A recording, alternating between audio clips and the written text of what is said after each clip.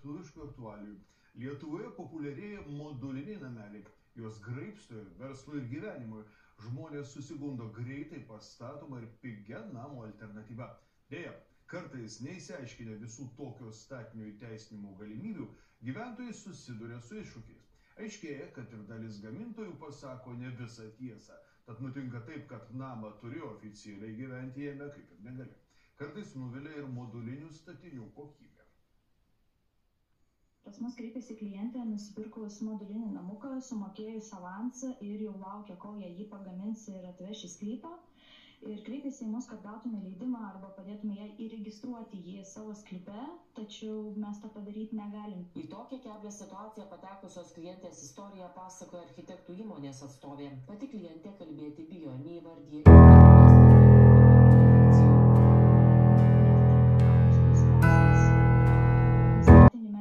Statybą leidžiančio dokumento. Yra netinkama sienų varža, langai netitinka A++ klasės, nėra rekuperacinių sistemų, nėra energiją regeneruojančių šaltinių. Ir esą tokių situacijų dėl modulinių namelių ne viena. Greitai vos per kelias savaitės pastatomo ir pigaus gyvenamo būsto alternatyva susigundę žmonės kartais atsiduria tarsi spąstuose. Pigi alternatyva gali virsti brangia pamoka. Žinoma, visus A++ energinio naudingumo klasės statinio parametrus galima pasiekti ir modulinėme namelyje. Tik tuomet jo kaina taip išauga, kad kone prilygsta tradicinio namo statybai.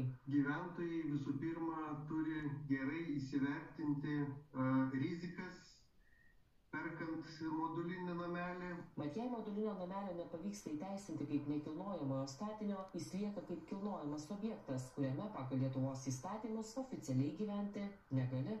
Namelis medyje irgi kaip namelis skaitosi ir ten norėtus galbūt deklaruotis, bet yra teisinė bazė. Net ir kaip laikiną statinį gali tekti nugriauti, jei neįvertini sklypo ar teritorijos subtilybių, o tuomet ir svajonės ir investicija nueina perniek. Mes matom garsiai skambant, kad modulinis namelis, tu jį gali statyti bet kur, miške, ežero pakrantėje, nes tai yra kilnojamas daiktas.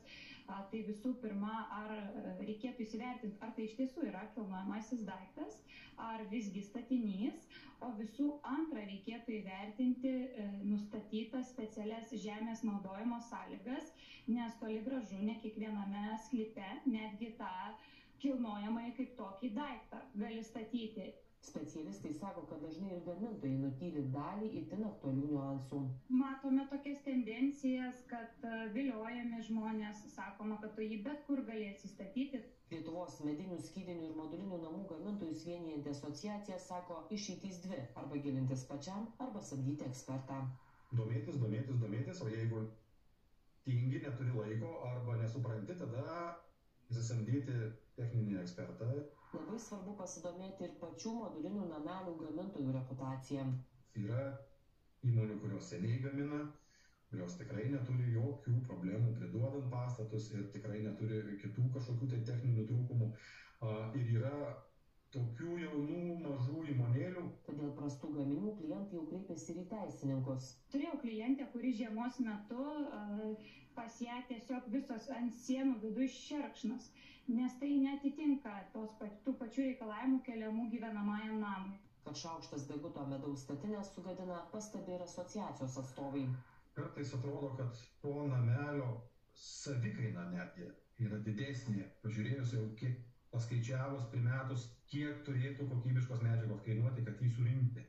Moduliniai namai ypač populiarūs Skandinavijoje. Ši rinka sparčiai plečiasi ir kitose Europos šalyse, taip pat ir Lietuvoje.